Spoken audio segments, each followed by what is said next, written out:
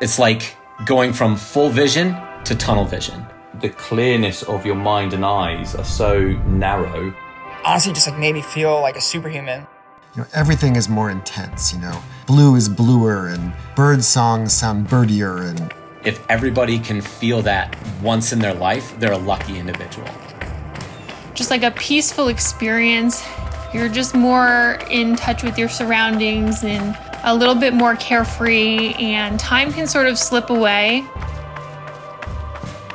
For years, long-distance runners have described a mysterious phenomenon, a sense of euphoria, pain reduction, and what can only be described as a harmonious state of well-being. It's known as the runner's high, and the reason it exists can be found at the crossroads of our past and present.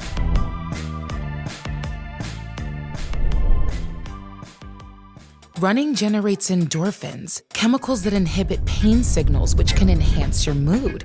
But when it comes to long-distance runners, recent studies are uncovering a different source behind the mood-altering runner's high, a more literal one. Before we approach the starting line, let's talk about that squishy, complex organ inside your noggin and its relationship with the endocannabinoid system. Endo what now? Regulating body functions like pain, sensation, and body temperature, the endocannabinoid system integrates different systems to work together and optimize your body. If you think of your cells as planes and your body as an airport, then this system is the air traffic controller, keeping the whole thing running smoothly. When you exercise, this system wakes up. Your cells transmit signals back and forth, relaying instructions throughout your central nervous system. And while this cannabinoid might be a familiar term, this endocannabinoid system interacts with TETRAHYDROCANNABINOL, better known as THC. So, if running long distances can lead to a high, why do our bodies do that? Let's take a breather and listen to an anthropologist explain. Sustained aerobic activity turns on mechanisms throughout the body. There's no system of the body that's not affected by something like running.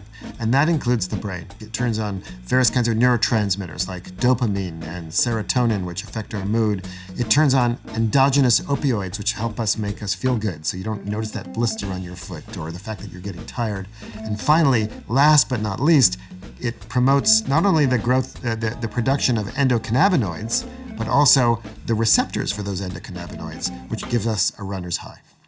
This sensation may have encouraged early humans to run for longer stretches of time in order to capture food, a practice known as persistence hunting. Early humans would run for hours and sometimes days, slowly exhausting their much faster prey.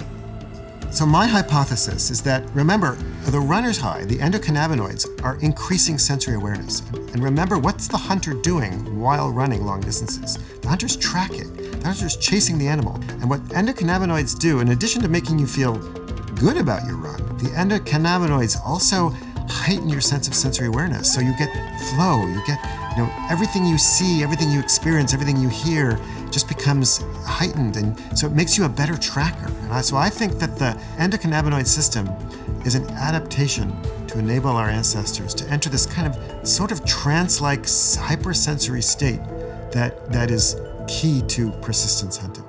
However, humans don't typically hunt their food anymore, so how does this phenomenon help us today?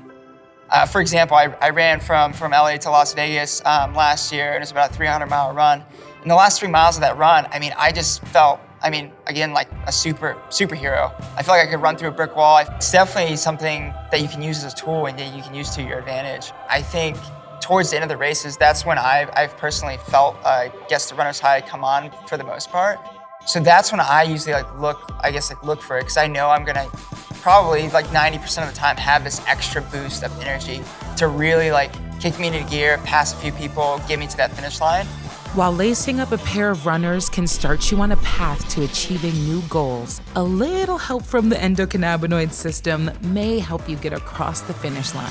So the next time your feet hit the pavement and you feel that mysterious sensation of bliss, make sure to thank your ancestors for the trip. They set out the path we were meant to run.